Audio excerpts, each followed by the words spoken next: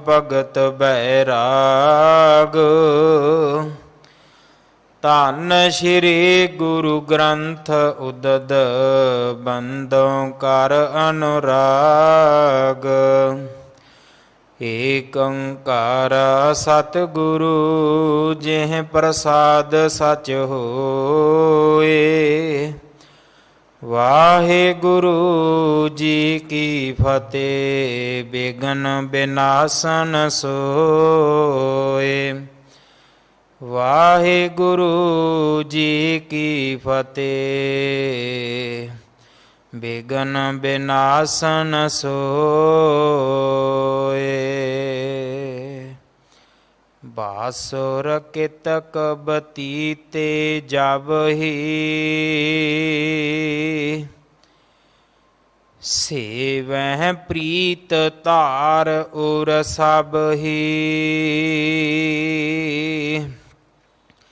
ਏਕ ਦਇਓਸ ਮੈਂ ਕੀਨ ਤਿਆਰੀ। ਨਿਜ ਨਕੇਤ ਕੀ ਸੌਜ ਸੰਭਾਰੀ।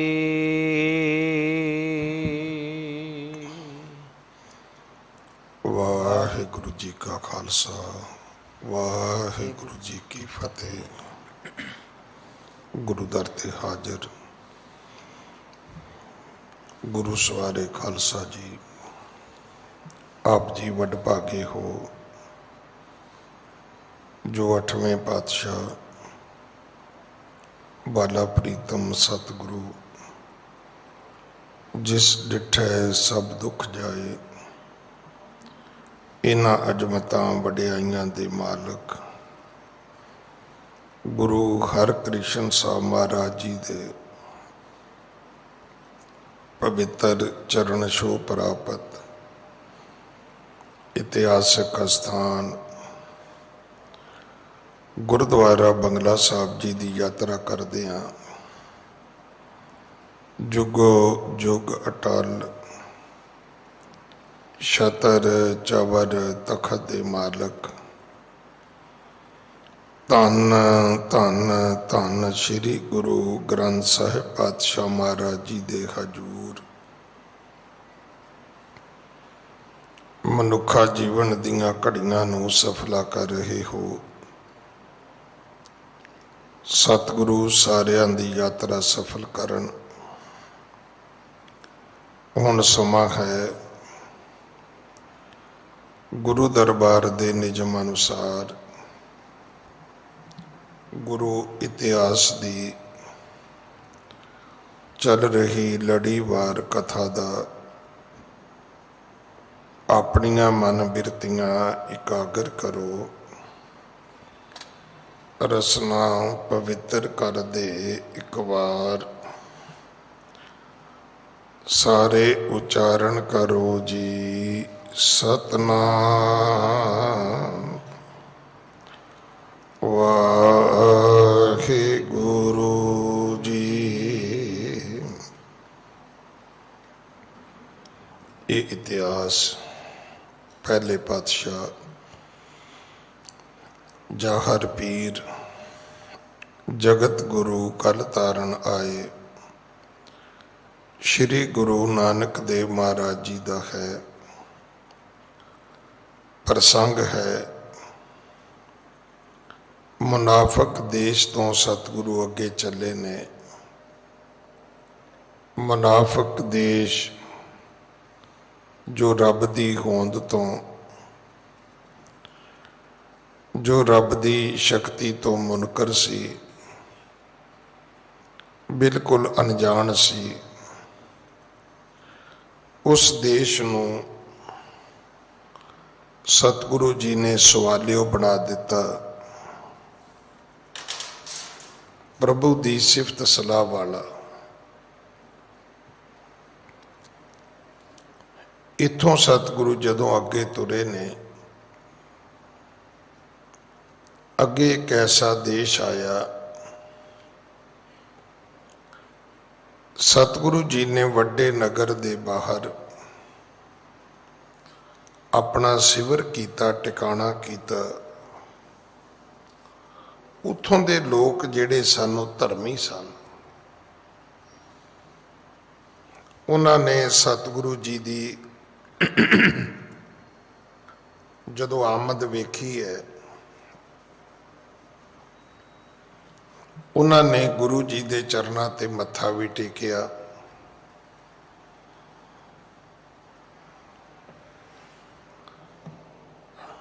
ਔਰ ਜਥਾ ਸ਼ਕਤ ਭੇਟਾਂ ਵੀ ਰੱਖੀਆਂ। ਔਰ ਗੁਰੂ ਜੀ ਅਤੇ ਗੁਰੂ ਜੀ ਦੇ ਸਿੱਖਾਂ ਵਾਸਤੇ ਲੰਗਰ ਅੰਨ ਦੀ ਵਿਵਸਥਾ ਵੀ ਕੀਤੀ। ਤਿੰਨ ਕੀ ਬਿਨੈ ਸ਼ਰੋਣ ਧਰ ਭੂਰੀ, ਨੈਣ ਕੋਰ ਕਰੁਣਾ ਜਿਨ ਪੂਰੀ। ਉਹ ਲੋਕ ਸਤਿਗੁਰੂ ਦੀ ਸਿਫਤ ਸਲਾਹ ਦੇ ਵਿੱਚ ਬੋਲਦੇ ਵੀ ਨੇ। ਸਤਿਗੁਰੂ ਬੜੇ ਪ੍ਰਸੰਨ ਹੋਏ। ਇੱਥੋਂ ਅੱਜ ਦੀ ਕਥਾ ਆਰੰਭ ਹੈ। ਆਪ ਜੀ ਬੜੇ ਪਿਆਰ ਦੇ ਨਾਲ ਸਰਵਣ ਕਰੋ। ਹਾਂਜੀ। ਕਿਤਕ ਦਿਵਸ ਕੀਨੋ ਸ਼ਿਵਰ, ਕਰਨ ਨਰਨ ਕਲਿਆਣ। ਸਤਿਗੁਰੂ ਜੀ ਇਸ ਨਗਰੀ ਵਿੱਚ ਟਿਕ ਗਏ,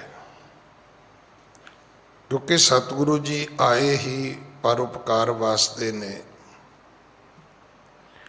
ਜਨਮ ਮਰਨ ਦੋਹੂ ਮੈਂ ਨਾਹੀ, ਜਨ ਪਰ ਉਪਕਾਰੀ ਆਏ। ਇੱਥੋਂ ਦੇ ਲੋਕਾਂ ਦਾ ਕਲਿਆਣ ਕਰਨ ਵਾਸਤੇ, ਇੱਥੋਂ ਦੇ ਲੋਕਾਂ ਦੇ ਦੁੱਖ ਮੁਸੀਬਤਾਂ ਕਸ਼ਟ ਕੱਟਣ ਨਿਵਾਰਨ ਵਾਸਤੇ ਸਤਿਗੁਰੂ ਜੀ ਇੱਥੇ ਰੁਕ ਗਏ। ਦਾਸ ਨੇ ਕੱਲ ਵੀ ਬੇਨਤੀ ਕੀਤੀ ਸੀ ਬੱਦਲਾਂ ਦੀ, ਰੁੱਖਾਂ ਦੀ। ਮਹਾਂਪੁਰਖਾਂ ਦੇ ਜੀਵਨ ਦੇ ਵਿੱਚ ਅਕਸਰ ਉਦਾਹਰਣ ਦਿੱਤੀ ਜਾਂਦੀ ਹੈ, ਕਿਉਂਕਿ ਇਹਨਾਂ ਸਾਰਿਆਂ ਦਾ ਇੱਕ ਹੀ ਵਨ ਵੇ, ਇੱਕੋ ਹੀ ਪੱਖ ਹੁੰਦਾ ਹੈ ਕਿ ਇਹ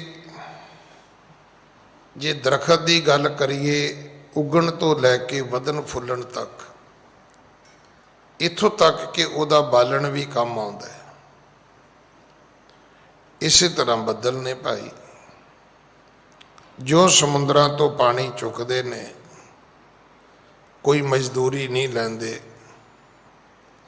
ਕੋਈ ਕਿਸੇ ਦਾ ਚਿੱਠੀ ਪੱਤਰ ਨਹੀਂ ਉਡੀਕਦੇ, ਆਪਣੇ ਆਪ ਜਿਨ੍ਹਾਂ ਜਿਨ੍ਹਾਂ ਦੇਸ਼ਾਂ ਵਿੱਚ ਜਿੱਥੇ ਜਿੱਥੇ ਜ਼ਰੂਰਤ ਹੁੰਦੀ ਹੈ ਉੱਥੇ ਜਾ ਕੇ ਵਰਸਦੇ ਨੇ। ਗੁਰੂ ਨਾਨਕ ਦੇ ਪਿਤਾ ਆਪ ਆਏ ਨੇ ਇੱਥੋਂ ਦੇ ਜੀਵਾਂ ਦਾ ਕਲਿਆਣ ਕਰਨ ਵਾਸਤੇ, ਹੋਰ ਦਿਨ ਰੁਕੇ ਨੇ। ਹਾਂਜੀ। ਰਾਜ ਰਿਖੀ ਸਿਖਿਆਨ ਸੁਖਦ, ਜਿਹ ਦਰਸ਼ਨ ਅਗਹਾਨ। ਰਿਖੀਆਂ ਦੇ ਵੱਡੇ ਰਿਖੀ, ਰਾਜ ਰਿਖੀ, ਆਪਣੇ ਸਿੱਖਾਂ ਨੂੰ ਸੁਖ ਦੇਣ ਵਾਲੇ, ਇਹ ਉਹ ਸਤਿਗੁਰੂ ਨੇ ਜਿਨ੍ਹਾਂ ਦੇ ਦਰਸ਼ਨ ਕਰੀਏ ਤੇ ਪਾਪ ਮਿਟਦੇ ਨੇ। ਮੈਂ ਤਾਂ ਬਹੁਤ ਵਾਰੀ ਬੇਨਤੀ ਕਰਦਾ ਕਿ ਅਸੀਂ ਇੱਕ ਬੜੇ ਵੱਡੇ ਭਰੋਸੇ ਵਾਲੇ ਆ,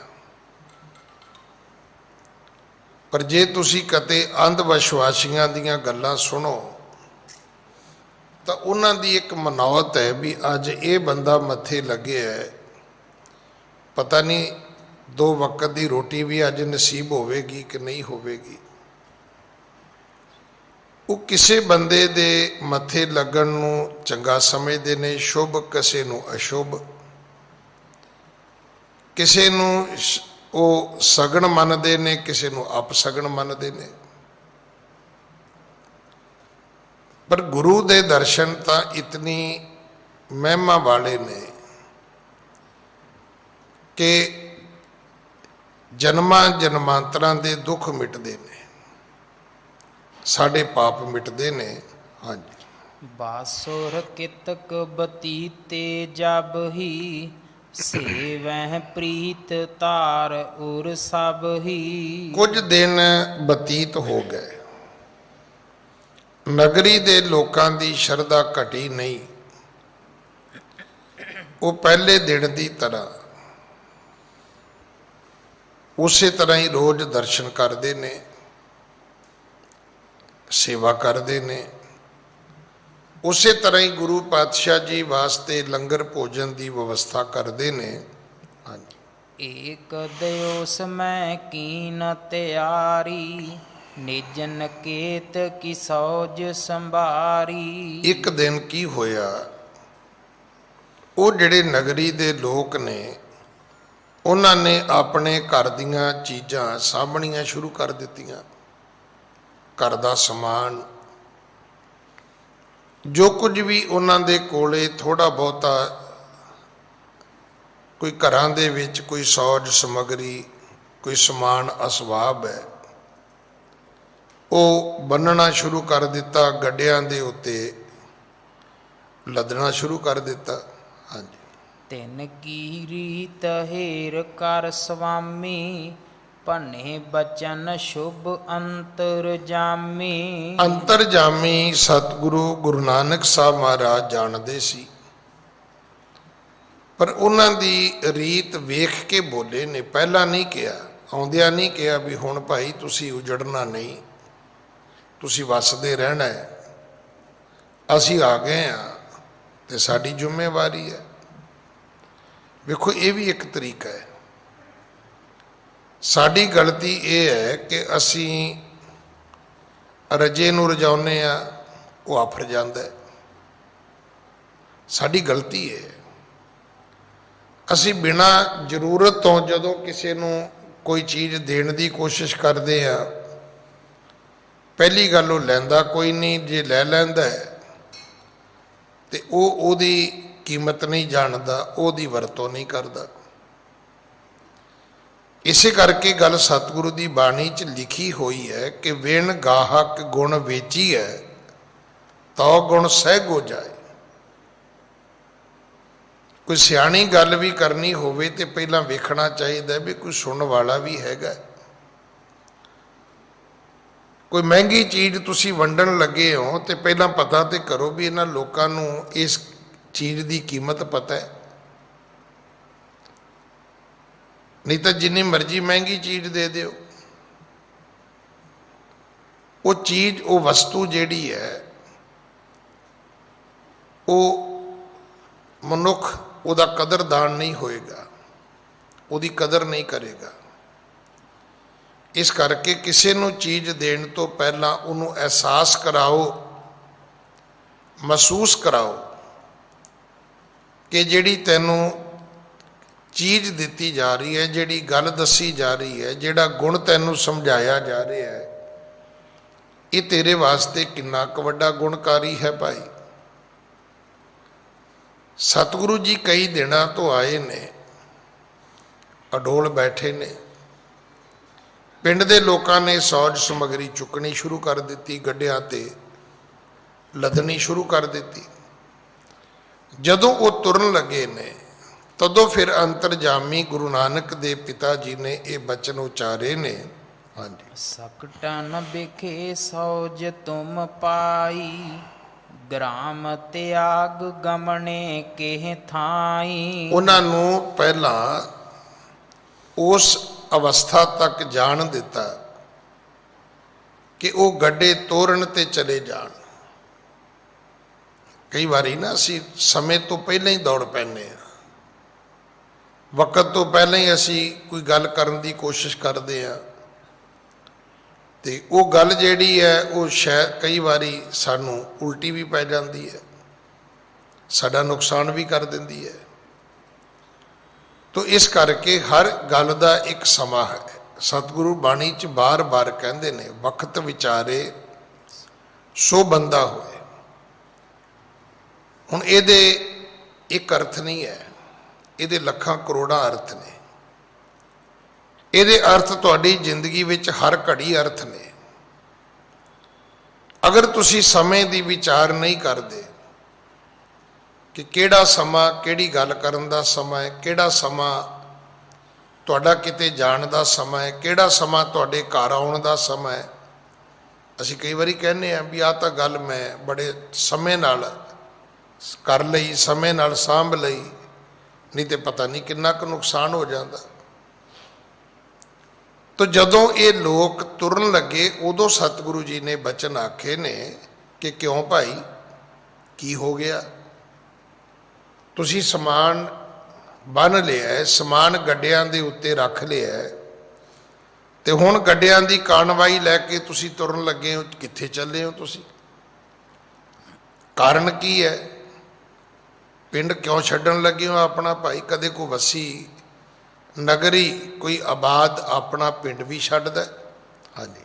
ਕਿਹ ਦੁਖ ਤੇ ਕਰ ਸਦਨ ਉਜਾਰਾ, ਚੱਲੇ ਅਨੰਤ ਜੁਤ ਸਭ ਪਰਵਾਰਾ। ਸਤਿਗੁਰੂ ਕਹਿਣ ਲੱਗੇ ਕੋਈ ਦੁੱਖ ਹੈ, ਨਹੀਂ ਤੇ ਕੋਈ ਆਪਣਾ ਘਰ ਛੱਡਦਾ? ਸਾਰੀ ਉਮਰ ਮਨੁੱਖ ਵਰ ਤੇ ਘਰ,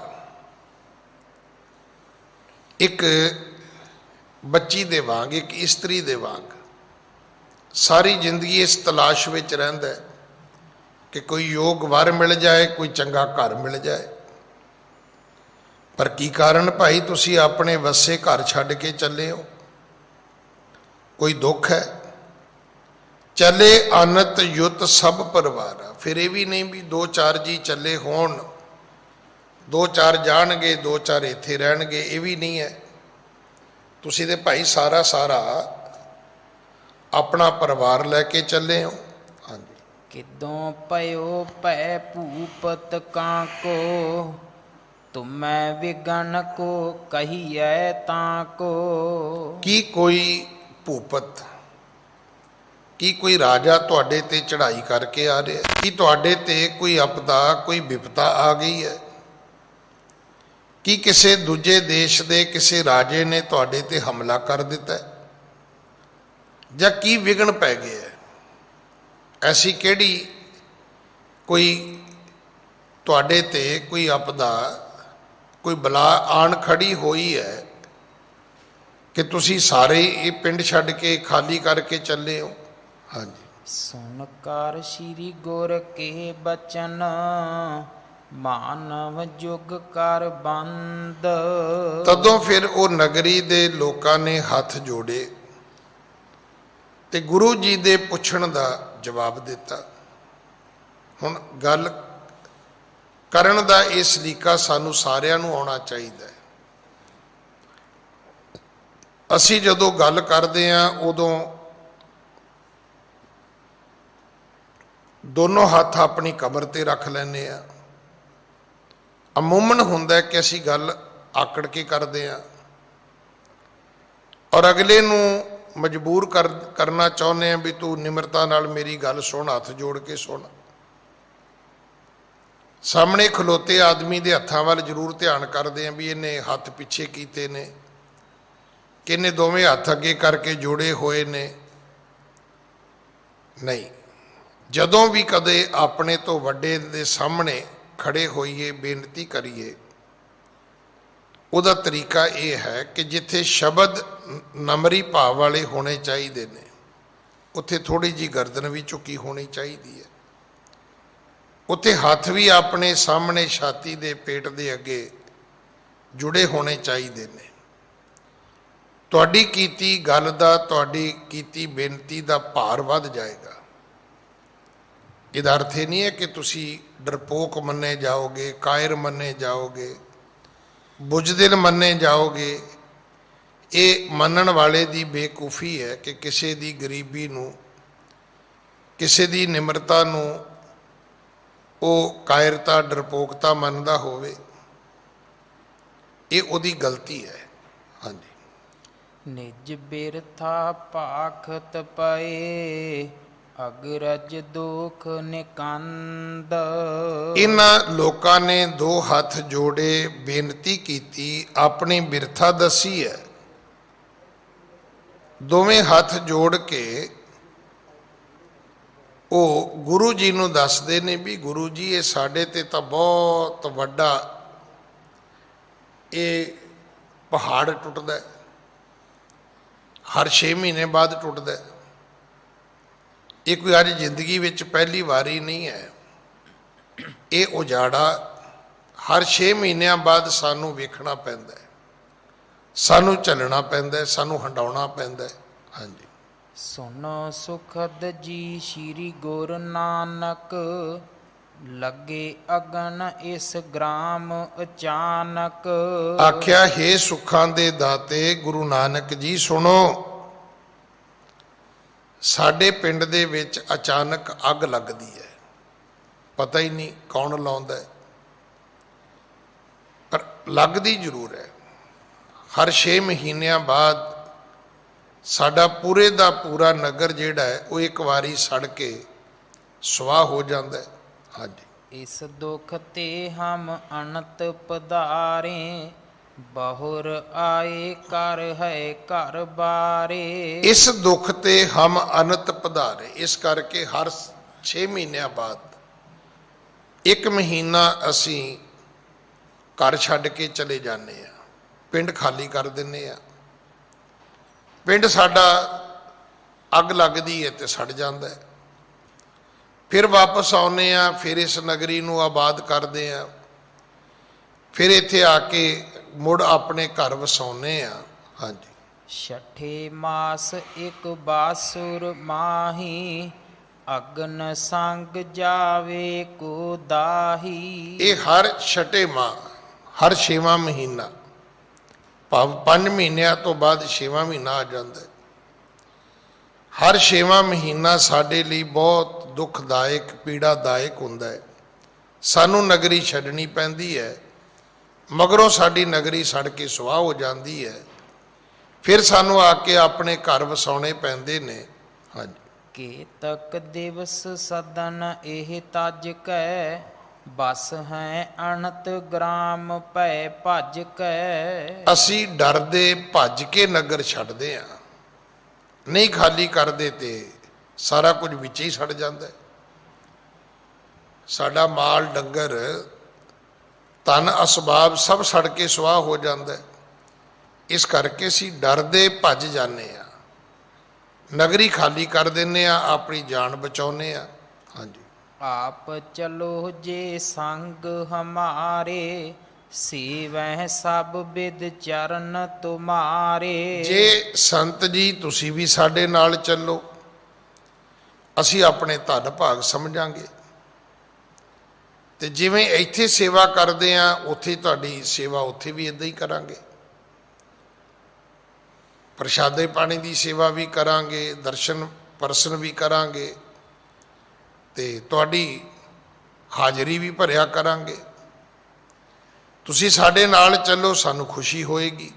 ਹਾਂਜੀ। ਸੰਤ ਰੂਪ ਤੁਮ ਪਰ ਉਪਕਾਰੀ, ਪੁਨ ਇੱਛਾ ਜੋ ਕਰੋ ਤੁਮਾਰੀ। ਤੁਸੀਂ ਸੰਤ ਹੋ, ਤੁਸੀਂ ਪਰਉਪਕਾਰੀ ਹੋ, ਅਸੀਂ ਤੁਹਾਨੂੰ ਮਜਬੂਰ ਨਹੀਂ ਕਰਦੇ, ਸਾਡੀ ਤੇ ਕਿਸਮਤ 'ਚ ਇੱਦਾਂ ਲਿਖਿਆ। ਤੁਹਾਡਾ ਮਨ ਕਰੇ ਤੁਸੀਂ ਕਿਤੇ ਹੋਰ ਚਲੇ ਜਾਓ, ਇਹ ਤੁਹਾਡੀ ਇੱਛਾ ਹੈ, ਪਰ ਜੇ ਤੁਸੀਂ ਸਾਡੇ ਨਾਲ ਰਹਿਣਾ ਚੱਲਣਾ ਚਾਹੋ, ਅਸੀਂ ਖੁਸ਼ੀ ਮਹਿਸੂਸ ਕਰਾਂਗੇ, ਔਰ ਹਰ ਪ੍ਰਕਾਰ ਅਸੀਂ ਤੁਹਾਡੀ ਸੇਵਾ ਵੀ ਕਰਾਂਗੇ। ਹਾਂਜੀ। ਕਰੁਣਾ ਕਰ ਬੋਲੇ ਬਚਨ, ਸ਼੍ਰੀ ਬੇਦੀ ਕੁਲ ਕੇਤ।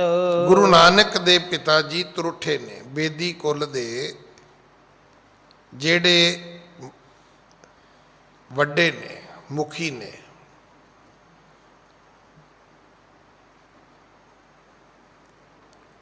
ਕਿਰਪਾ ਕੀਤੀ, ਨਗਰੀ ਦੇ ਲੋਕਾਂ ਨੂੰ ਸੰਬੋਧਨ ਹੋ ਕੇ ਇਹ ਬਚਨ ਉਚਾਰੇ ਨੇ।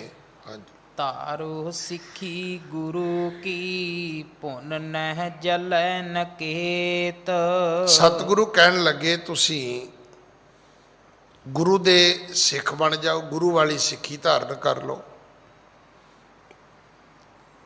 ਫਿਰ ਤੁਹਾਨੂੰ ਕਦੇ ਵੀ ਘਰ ਛੱਡਣੇ ਨਹੀਂ ਪੈਣਗੇ, ਕਦੇ ਵੀ ਹਰ 6ਵੇਂ ਮਹੀਨੇ ਤੁਹਾਨੂੰ ਆਪਣਾ ਸਮਾਨ ਨਹੀਂ ਚੁੱਕਣਾ, ਬੰਨਣਾ ਪਵੇਗਾ। ਇਹ ਉਜਾੜਾ ਤੁਹਾਡੇ ਜੀਵਨ ਦੇ ਵਿੱਚੋਂ ਸਦਾ ਵਾਸਤੇ ਮੁੱਕ ਜਾਏਗਾ, ਖਤਮ ਹੋ ਜਾਏਗਾ। ਹਾਂਜੀ। ਸਤ ਨਾਮ ਕੋ ਜਾਪ ਜਪੀਜੈ, ਉਰ ਤੇ ਡਰ ਕਉ ਦੂਰ ਕਰੀਜੈ। ਇਸ ਕਰਕੇ ਤੁਸੀਂ ਸਤਨਾਮ ਦਾ ਜਾਪ ਕਰਨਾ ਹੈ, ਤੇ ਹਿਰਦੇ ਦੇ ਤੋਂ ਡਰ ਜਿਹੜਾ ਉਸ ਨੂੰ ਖਤਮ ਕਰਨਾ ਹੈ। ਗੁਰੂ ਦੇ ਸਿੱਖ ਬਣਨ ਤੋਂ ਬਾਅਦ ਕੀ ਕਰਨਾ ਹੈ? ਹੁਣ ਸਾਡੀ ਤਾਂ ਗਲਤੀ ਵੀ ਸਿੱਖ ਬਣਨ ਦਾ ਮਤਲਬ ਕਈਆਂ ਨੂੰ ਇਹ ਲੱਗਦਾ ਵੀ ਪੱਗ ਬੰਨ੍ਹ ਲਓ ਜੀ। ਵੇਖੋ ਜਿਹੜਾ ਅਸੀਂ ਟਰਬਨ ਡੇ ਮਨਾਉਂਦੇ ਆ, ਮੈਂ ਤਾਂ ਸਮਝਦਾ ਵੀ ਉਹ ਸਾਡੀ ਇੱਕ ਹਾਰਿਆਂ ਦੀ ਇੱਕ ਮਜਬੂਰੀ ਹੈ, ਜਾਂ ਇਉਂ ਕਹਿ ਲਈਏ ਕਿ ਅਸੀਂ ਇੱਕ ਸਿੱਖੀ ਨੂੰ ਬਚਾਉਣ ਦਾ, ਵਾਪਸ ਲਿਆਉਣ ਦਾ ਇੱਕ ਯਤਨ ਹੈ ਕਿ ਹਰ ਕੋਨੇ ਮੋਨੇ ਨੂੰ ਕਹਿੰਦੇ ਆ ਵੀ ਭਾਈ ਅੱਜ ਤੂੰ ਵੀ ਪੱਗ ਬੰਨ੍ਹ ਘੱਟੋ ਘੱਟ, ਵੀ ਚਲੋ ਅੱਜ ਉਹ ਪੱਗ ਬੰਨੇਗਾ, ਸ਼ੀਸ਼ੇ ਅੱਗੇ ਖਲੋਏਗਾ, ਆਪਣੀ ਤਸਵੀਰ ਵੇਖੇਗਾ, ਸ਼ਾਇਦ ਉਹਨੂੰ ਆਪਣਾ ਪਿਛੋਕੜ ਯਾਦ ਆਏਗਾ, ਸ਼ਾਇਦ ਉਹਨੂੰ ਲੱਗੇ ਕਿ ਨਹੀਂ ਮੈਂ ਦਸਤਾਰ ਨਾਲ ਮੈਂ ਗੁਰੂ ਕਾ ਸਿੱਖ ਲੱਗਦਾ, ਤੇ ਹੋ ਸਕਦਾ ਉਹ ਪੱਕਾ ਹੀ ਦਸਤਾਰ ਸਜਾਉਣ ਲੱਗ ਜਾਏ। ਇੱਕ ਯਤਨ ਹੈ ਜਿਹੜਾ ਅਸੀਂ ਦਸਤਾਰਾਂ ਸਜਾ ਕੇ ਕਰਨ ਦੀ ਕੋਸ਼ਿਸ਼ ਕਰਦੇ ਹਾਂ ਕਿ ਸਿੱਖੀ ਬਚ ਜਾਏ, ਸਿੱਖੀ ਵਾਪਸ ਆ ਜਾਏ। ਪਰ ਸਿੱਖ ਬਣਨ ਤੋਂ ਬਾਅਦ ਜਿਹੜੇ ਕੰਮ ਕਰਨੇ ਨੇ ਉਹ ਹੈ ਕਿ ਪਰਮੇਸ਼ਰ ਦਾ ਸਿਮਰਨ ਕਰਨਾ ਹੈ, ਜਾਪ ਕਰਨਾ ਹੈ, ਤੇ ਡਰਨਾ ਨਹੀਂ ਹੈ। ਵੇਖੋ ਇਹ ਸਿੱਖ ਦੀ ਇੱਕ ਕੁਆਲਿਟੀ ਹੈ, ਇੱਕ ਖਾਸੀਅਤ ਹੈ ਕਿ ਉਹ ਡਰਦਾ ਨਹੀਂ ਹੈ ਕਿਸੇ ਕੋਲੋਂ, ਉਹ ਡਰ ਤੋਂ ਮੁਕਤ ਹੈ, ਉਹ ਭੈ ਤੋਂ ਰਹਿਤ ਹੈ। ਅੱਜ ਨਾ ਇੱਕ ਮੀਡੀਆ ਦੇ ਵਿੱਚ ਇੱਕ ਵੀਡੀਓ ਘੁੰਮਦੀ ਹੈ ਸ਼ਹੀਦ ਭਗਤ ਸਿੰਘ ਦੀ। ਉਹ ਸੱਜਣ ਜਿਹਦੇ ਫਾਦਰ ਸਾਹਿਬ ਉਸ ਵੇਲੇ ਇਸ ਸਾਰੇ ਸ਼ਹੀਦ ਭਗਤ ਸਿੰਘ ਦੀ ਸ਼ਹਾਦਤ ਦੇ ਵਿੱਚ ਇੱਕ ਤਰ੍ਹਾਂ ਦੇ ਵਿਟਨੈਸ ਨੇ, ਗਵਾਹ ਨੇ, ਔਰ ਗਵਾਹ ਵੀ ਉਹ ਚਸ਼ਮਦੀਦ ਨੇ, ਸਭ ਕੁਝ ਉਹਨਾਂ ਨੇ ਆਪਣੀਆਂ ਅੱਖਾਂ ਨਾਲ ਵੇਖਿਆ ਕਿ ਉਹ ਖੁਦ ਕੋਠੜੀ 'ਚੋਂ ਲੈ ਕੇ ਵੀ ਆਉਂਦੇ ਨੇ ਭਗਤ ਸਿੰਘ ਨੂੰ, ਤੋ ਦੱਸਦੇ ਨੇ ਵੀ ਉਹਨੇ ਕਾਲੀ ਪੱਗ ਬੱਧੀ ਹੋਈ ਸੀ, ਨੌਜਵਾਨ ਸੀ, ਖੁੱਲਾ ਦਾੜਾ ਸੀ, ਤੇ ਮੁੱਛਾਂ ਉਹਨੇ ਆਪਣੀਆਂ ਉੱਪਰ ਚੁੱਕੀਆਂ ਹੋਈਆਂ ਸੀ, ਸਿਰ ਦੇ ਉਹਦੇ ਸੋਹਣੇ ਕੇਸ ਸਨ। ਪਰ ਇਹ ਸਾਰਾ ਕੁਝ ਭਾਈ ਸਾਹਿਬ, ਭਾਈ ਵੀਰ ਸਿੰਘ, ਭਾਈ ਰਣਧੀਰ ਸਿੰਘ ਹੋਰਾਂ ਦੀ ਪ੍ਰੇਰਨਾ ਨਾਲ ਜੇਲ੍ਹ ਦੇ ਵਿੱਚ ਉਹਦੇ ਜੀਵਨ ਵਿੱਚ ਆਇਆ ਸੀ। ਤੋ ਜਿਹੜੀ ਮੈਂ ਅੱਜ ਗੱਲ ਸਾਂਝੀ ਕਰਨੀ ਚਾਹੁੰਦਾ, ਕਹਿੰਦੇ ਜਿਹੜਾ ਉਹ ਵਿਅਕਤੀ ਦੱਸ ਰਿਹਾ ਵੀਡੀਓ 'ਚ, ਕਹਿੰਦੇ ਜਦੋਂ ਮੇਰੇ ਫਾਦਰ ਸਾਹਿਬ ਨੇ ਉਹਨੂੰ ਜਾ ਕੇ ਵੇਖਿਆ ਤੇ ਅੱਖਾਂ ਭਰ ਆਏ, ਤੇ ਅੱਗੋਂ ਭਗਤ ਸਿੰਘ ਕਹਿਣ ਲੱਗਾ ਵੀ ਫਾਂਸੀ ਮੈਨੂੰ ਹੋਣੀ ਹੈ, ਤੇ ਅੱਖਾਂ ਵਿੱਚ ਤੁਹਾਡੇ ਪਾਣੀ ਹੈ, ਫਿਰ ਤੁਸੀਂ ਤੇ ਫੌਜੀ ਹੋ, ਫੌਜੀ ਵੀ ਰੋਂਦੇ ਹੁੰਦੇ ਨੇ। ਤੇ ਕਹਿੰਦੇ ਮੇਰੇ ਫਾਦਰ ਸਾਹਿਬ ਨੇ ਕਿਹਾ ਵੀ ਇਹ ਪਾਣੀ ਮੇਰੇ ਇਕੱਲੇ ਦੀਆਂ ਅੱਖਾਂ 'ਚ ਨਹੀਂ ਹੈ, ਇਹ ਸਾਰੇ ਲਾਹੌਰ ਦੇ ਲੋਕਾਂ ਦੀਆਂ ਅੱਖਾਂ ਵਿੱਚ ਨੇ, ਸਾਰੇ ਹਿੰਦੁਸਤਾਨ ਦੇ ਲੋਕਾਂ ਦੀਆਂ ਅੱਖਾਂ ਵਿੱਚ ਨੇ, ਇਹ ਆਂਸੂ ਮੇਰੇ ਇਕੱਲੇ ਦੀਆਂ ਅੱਖਾਂ ਵਿੱਚ ਨਹੀਂ ਹੈ। ਪਰ ਉਹ ਸਿੱਖ ਚੜ੍ਹਦੀ ਕਲਾ ਵਿੱਚ ਸੀਗਾ, ਉਹ ਫਾਂਸੀ ਚੜ੍ਹਨ ਲੱਗਾ ਵੀ ਉਹ ਉਸ ਵੇਲੇ ਵੀ ਕਹਿੰਦੇ ਬੜਾ ਖੁਸ਼ ਸੀ, ਉਹਦੇ ਕੋਈ ਮਲਾਲ ਨਹੀਂ ਸੀ ਉਹਦੇ ਚਿਹਰੇ ਤੇ, ਕੋਈ ਬੁਝਿਆ ਹੋਇਆ ਉਹਦਾ ਮੁਖੜਾ ਨਹੀਂ ਸੀਗਾ। ਤੋ ਸਿੱਖ ਕਹਿੰਦੇ ਉਹਨੂੰ ਨੇ ਜਿਹੜਾ ਡਰਦਾ ਨਹੀਂ ਹੈ। ਸਿੱਖ ਉਹ ਹੈ ਜਿਹਦੀ ਰਸਨਾ ਤੇ ਵਾਹਿਗੁਰੂ ਹੈ, ਤੇ ਚਿਹਰੇ ਤੇ ਚੜ੍ਹਦੀ ਕਲਾ ਹੈ, ਸਰੀਰ ਦੇ ਉੱਪਰ ਉਹਦੇ ਚੜ੍ਹਦੀ ਕਲਾ ਦਾ ਭਾਵ ਹੈ।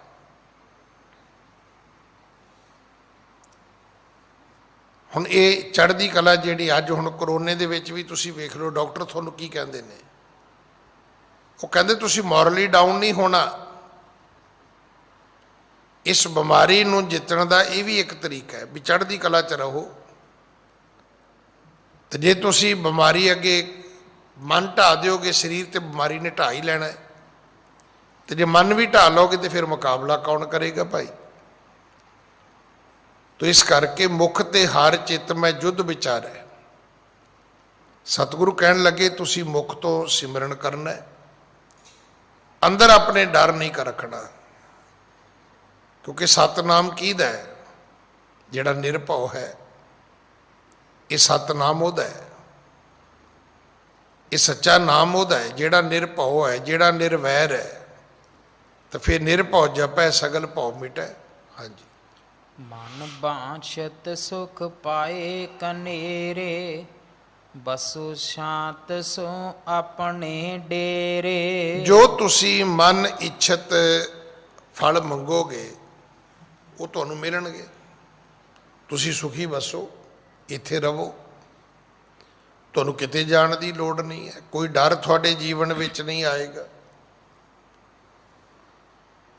ਸਿੱਖ ਬਣੋ, ਸਿੱਖੀ ਗੁਰੂ ਵਾਲੀ ਧਾਰਨ ਕਰੋ, ਡਰ ਤੋਂ ਰਹਿਤ ਹੋ ਜਾਓ। ਹਾਂਜੀ। ਅਬ ਤੇ ਲੱਗੈ ਨ ਅਗਨ ਅਗਾਰੀ, ਧਰਮਸ਼ਾਲ ਸੁਠ ਰਚੋ ਸਵਾਰੀ। ਅੱਜ ਤੋਂ ਬਾਅਦ ਤੁਹਾਡੇ ਇਸ ਨਗਰ ਵਿੱਚ ਕਦੇ ਅੱਗ ਨਹੀਂ ਲੱਗੇਗੀ। ਪਰ ਇਹਦੇ ਲਈ ਤੁਹਾਨੂੰ ਆਪਣੀ ਨਗਰੀ ਵਿੱਚ ਧਰਮਸ਼ਾਲਾ ਵੀ ਬਣਾਉਣੀ ਪਵੇਗੀ। ਅੱਜ ਅਸੀਂ ਗੁਰਦੁਆਰਾ ਕਹਿੰਦੇ ਆ, ਉਦੋਂ ਅਸੀਂ ਧਰਮਸ਼ਾਲਾ ਕਹਿੰਦੇ ਹੁੰਦੇ ਸੀ। ਸ਼ਾਲਾ ਕਹਿੰਦੇ ਨੇ ਘਰ ਨੂੰ, ਪਾਠਸ਼ਾਲਾ। ਇਸੇ ਤਰ੍ਹਾਂ ਧਰਮਸ਼ਾਲਾ, ਗਊਸ਼ਾਲਾ, ਜਿੱਥੇ ਗਾਵਾਂ ਦਾ ਘਰ ਹੋਵੇ। ਸਤਿਗੁਰੂ ਕਹਿਣ ਲੱਗੇ ਤੁਹਾਨੂੰ ਇੱਥੇ ਧਰਮਸ਼ਾਲਾ ਬਣਾਉਣੀ ਪਵੇਗੀ। ਉਹ ਘਰ ਜਿਹਦੇ ਵਿੱਚ ਬੈਠ ਕੇ ਤੁਸੀਂ ਭਗਤੀ ਕਰੋ, ਸਿਮਰਨ ਕਰੋ, ਕੀਰਤਨ ਕਰੋ, ਪਾਠ ਕਰੋ। ਹਾਂਜੀ। ਸੰਤ ਅਥਿਤ ਕੀ ਕੀਜੈ ਸੇਵਾ, ਮਹਿਮਾ ਕੀਰਤ ਕੋ ਲਖ ਭੇਵਾ। ਫਿਰ ਤੁਸੀਂ ਸੰਤ ਆਵੇ, ਕੋਈ ਅਤਿਥੀ ਆਵੇ, ਕੋਈ ਮਹਿਮਾਨ ਆਵੇ, ਕੋਈ ਰਾਹਗੀਰ ਮੁਸਾਫਰ ਆਵੇ, ਉਹਦੀ ਸੇਵਾ ਕਰਨੀ ਹੈ। ਉਹਨੂੰ ਇਹ ਨਹੀਂ ਪੁੱਛਣਾ ਵੀ ਤੂੰ ਕਿੱਥੋਂ ਆਇਆ ਤੇ ਕਿੱਧਰ ਚੱਲਿਆ ਤੇ ਕੀ ਕਰਨਾ ਹੈ ਤੂੰ। ਆਏ ਮਹਿਮਾਨ ਦੀ, ਪ੍ਰਾਹੁਣੇ ਦੀ ਸੇਵਾ ਕਰਨੀ। ਕੋਈ ਰੱਬ ਦਾ ਪਿਆਰਾ ਆਵੇ ਤੇ ਉਹਦੀ ਸੇਵਾ ਕਰਨੀ। ਹਾਂਜੀ। ਸੁਨ ਕਰ ਉਰ ਤਰ ਹਰਖ ਬਿਸਾਲਾ, ਸਿੱਖੀ ਗ੍ਰਹਿਣ ਕਰੀ ਤਤਕਾਲਾ। ਸਾਰੇ ਨਗਰੀ ਦੇ ਲੋਕਾਂ ਨੇ ਸਿੱਖੀ ਧਾਰਨ ਕਰ ਲਈ, ਸਭ ਨੇ ਚਰਨ ਪੌੜ ਲਈ, ਸਾਰੇ ਗੁਰੂ ਵਾਲੇ ਬਣ ਗਏ। ਕਹਿਣ ਲੱਗੇ ਮਹਾਰਾਜ ਹੋਰ ਕੀ ਚਾਹੀਦਾ? ਸਾਡੀ ਤਾਂ ਪੀੜ੍ਹੀ ਦਰ ਪੀੜ੍ਹੀ ਇੱਦਾਂ ਹੀ ਗੁਜ਼ਰ ਗਈ ਹੈ ਕਿ ਹਰ 6ਵੇਂ ਮਹੀਨੇ ਸਮਾਨ ਚੁੱਕੋ, ਆਪਣਾ ਪਿੰਡ ਖਾਲੀ ਕਰੋ। ਆਉਂਦਿਆਂ ਨੂੰ ਨਗਰ ਸੜ ਜਾਂਦਾ ਸੀ ਤੇ ਅਗਲੇ 5 ਮਹੀਨੇ ਵਸਾਉਂਦੇ ਰਹਿੰਦੇ ਸਾਂ, ਮੁੜ ਕੇ ਫਿਰ ਚੁੱਕਣਾ ਪੈਂਦਾ ਸੀ ਸਮਾਨ। ਹਾਂਜੀ। ਗਮਨ ਨਕੀਨ ਗ੍ਰਾਮ ਜੇ ਆਨਾ, ਮਾਨਸ ਬਚਨ ਵਸੇ ਨਿਜ ਥਾਨਾ। ਫਿਰ ਉਹ ਦੂਜੇ ਨਗਰ ਗਏ ਹੀ ਨਹੀਂ। ਸਮਾਨ ਉਹਨਾਂ ਨੇ ਗੱਡਿਆਂ ਤੋਂ ਉਤਾਰ ਲਿਆ, ਆਪਣੇ ਘਰਾਂ ਦੇ ਵਿੱਚ ਉਹ ਸੁਖੀ ਵਸਣ ਲੱਗ ਗਏ। ਹਾਂਜੀ। ਸਭ ਸੰਭਾਰ ਸੰਭਾਰ ਕੈ, ਸ਼੍ਰੀ ਨਾਨਕ ਢਿਗ ਆਨ। ਸਮਾਨ ਸੰਭਾਲ ਲਿਆ, ਘਰ ਵਸਾ ਲਿਆ।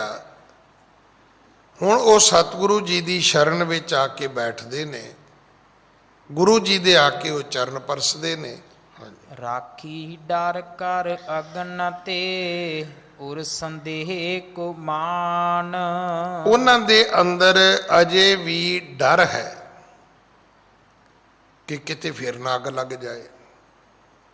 ਅਜੇ ਵੀ ਉਹਨਾਂ ਦੇ ਮਨ ਵਿੱਚ ਇਹ ਸੰਦੇਹ ਜ਼ਰੂਰ ਹੈ ਕਿ ਪਤਾ ਨਹੀਂ 6ਵਾਂ ਮਹੀਨਾ ਸ਼ੁਰੂ ਹੋ ਗਿਆ ਹੈ, ਕੀ ਹੋਏਗਾ, ਬਚ ਜਾਵਾਂਗੇ ਕਿ ਸੜ ਜਾਵਾਂਗੇ। ਪਰ ਉਹ ਚੱਲ ਰਹੇ ਨੇ ਗੁਰੂ ਦੇ ਰਸਤੇ ਤੇ, ਪਰ ਸੰਦੇਹ ਜ਼ਰੂਰ ਹੈ, ਅੰਦਰ ਚਿੰਤਾ ਫਿਕਰ ਹੈ ਉਹਨਾਂ ਨੂੰ। ਹਾਂਜੀ। ਸਭੈ ਨਾਰ ਨਰ ਗੁਰ ਢਿਗ ਬੈਸੇ, ਨਾਮ ਜਪੋ ਐਸੇ ਉਪਦੇਸੇ। ਇਹ ਹੁਣ ਸਭ ਇਸਤਰੀਆਂ ਪੁਰਖ ਗੁਰੂ ਦੇ ਕੋਲ ਆ ਕੇ ਬੈਠਦੇ ਨੇ ਤੇ ਸਤਿਗੁਰੂ ਵੀ ਉਹਨਾਂ ਨੂੰ ਸਮਝਾਉਂਦੇ ਨੇ ਵੀ ਭਾਈ ਤੁਸੀਂ ਪਰਮੇਸ਼ਰ ਦੀ ਭਗਤੀ ਕਰੋ,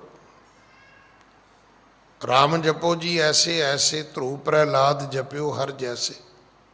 ਬਿਨਾਂ ਲਾਲਚ ਤੋਂ, ਬਿਨਾਂ ਡਰ ਤੋਂ। ਧਰੂ ਪ੍ਰਹਿਲਾਦ ਦਾ ਤਾਂ ਅਰਥ ਇਹੋ ਹੀ ਹੈ ਨਾ। ਹੋਰ ਕੋਈ ਧਰੂ ਪ੍ਰਹਲਾਦ ਨੇ ਕੱਛੀ ਪਾ ਕੇ ਨਾਮ ਤਾਂ ਨਹੀਂ ਸੀ ਜਪਿਆ। ਇਹ ਸਾਡੇ ਵਰਗਿਆਂ ਨੇ ਨਵਾਂ ਰਸਤਾ ਕੱਢਿਆ ਵੀ ਕਛਹਿਰੇ ਤੋਂ ਬਚ ਜਾਾਂਗੇ, ਕਿਰਪਾਨ ਤੋਂ ਬਚ ਜਾਾਂਗੇ। ਇਹਦਾ ਅਰਥ ਇਹ ਨਹੀਂ ਹੈ ਕਿ ਵਾਲਾਂ ਤੋਂ ਬਚ ਜਾਾਂਗੇ। ਕੋਈ ਉਹਨਾਂ ਨੇ ਆਪਣਾ ਸਿਰ ਟਕਲੇ ਵਰਗਾ ਨਹੀਂ ਸੀ ਕੀਤਾ। ਕਈਆਂ ਨੂੰ ਇਹ ਲੱਗਦਾ ਵੀ ਇੱਦਾਂ ਕਹਿਣ ਨਾਲ ਅਸੀਂ ਜਿਹੜੇ ਸਿੱਖੀ ਦੇ ਬੰਧਾਨ ਨੇ, ਸਿੱਖੀ ਦੀ ਬੰਦਿਸ਼ ਮਰਿਆਦਾ ਹੈ, ਸ਼ਾਇਦ ਅਸੀਂ ਉਹਦੇ ਤੋਂ ਬਚ ਜਾਵਾਂਗੇ। ਨਾ ਭਾਈ, ਭਗਤ ਰੂਪ ਭਗਤ ਪ੍ਰਹਿਲਾਦ ਦਾ ਅਰਥ ਹੈ ਵੀ ਭਗਤ ਪ੍ਰਹਿਲਾਦ ਨੂੰ ਬਾਪ ਡਰਾਉਂਦਾ ਸੀ, ਭਗਤ ਰੂਹ ਨੂੰ ਬਾਪ ਲਾਲਚ ਦਿੰਦਾ ਸੀ। ਤੇ ਦੋ ਹੀ ਗੱਲਾਂ ਨੇ ਵੀ ਲਾਲਚ ਵੀ ਨਹੀਂ ਮੰਨਣਾ, ਡਰ ਵੀ ਨਹੀਂ ਮੰਨਣਾ। ਸਤਿਗੁਰੂ ਉਹਨਾਂ ਨੂੰ ਸਮਝਾਉਂਦੇ ਨੇ ਵੀ ਹੁਣ ਤੁਸੀਂ ਨਾਮ ਸਿਮਰਿਆ ਕਰੋ ਭਾਈ, ਸਿੱਖ ਤੁਸੀਂ ਬਣ ਗਏ ਹੋ। ਹਾਂਜੀ।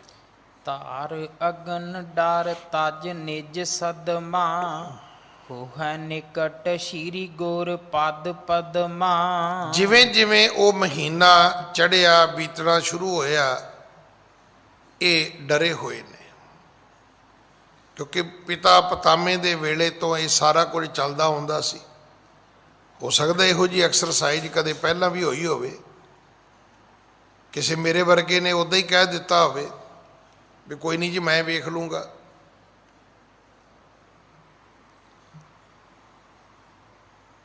ਪਰ ਇੱਥੇ ਤਾਂ ਹੁਣ ਸਤਿਗੁਰੂ ਗੁਰੂ ਨਾਨਕ ਸਾਹਿਬ ਸੀ।